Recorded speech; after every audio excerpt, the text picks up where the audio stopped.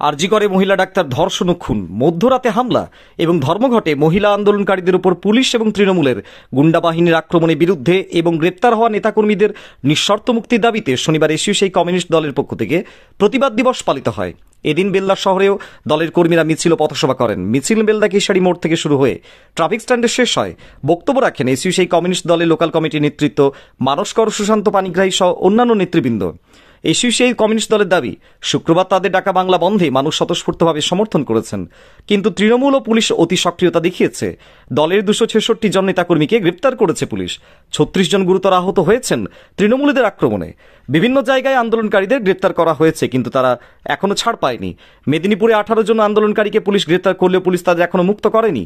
অবিলম্বে গ্রেপ্তার হওয়া নেতাকর্মীদের নিঃশর্ত মুক্তির দাবি জানিয়েছে এসইউসিআই কমিউনিস্ট। জনসাধারণ ধর্মঘট সফল করার জন্য এসইউসিআই কমিউনিস্ট দলের পক্ষ থেকে তাদেরকে অভিনন্দন জানানোর পাশাপাশি আগামী 28 আগস্ট দলের মহিলা সংগঠন নবান্ন অভিযানের ডাক দিয়েছে। সেই আন্দোলনে যোগ দেওয়ার আহ্বান জানানো হয়।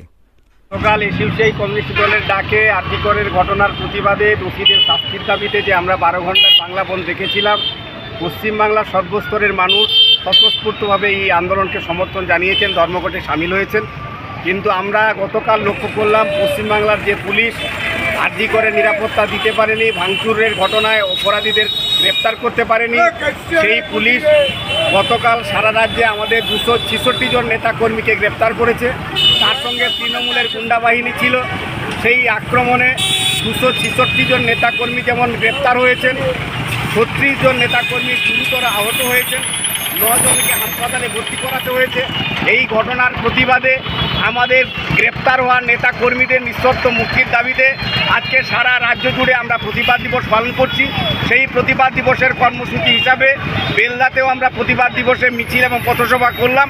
আমরা পশ্চিমবাংলায় চাইছি প্রত্যেকটা নারীর যাতে নিরাপত্তা সুনিশ্চিত হোক, আরজি করের ঘটনায় যারা অপরাধী তারা যাতে শাস্তি পাক। এই শাস্তির দাবিতে আগামী দিনে আরও বৃহত্তর আন্দোলন এসইউসিআই কমিউনিস্ট দলের পক্ষ থেকে হবে।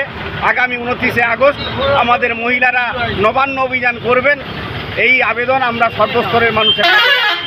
আপনার নাম? সুশান্ত পানিগ্রাহী। সোনার অলংকার মানে আভিজাত্যের অহংকার, চির বিশ্বস্ত, চির নতুন। বেলদার নবতম Tanushree hallmark jewellery house, Belda main road, Punjab ব্যাংকের বিপরীতে, যা আপনাদের সেবায় নিয়োজিত।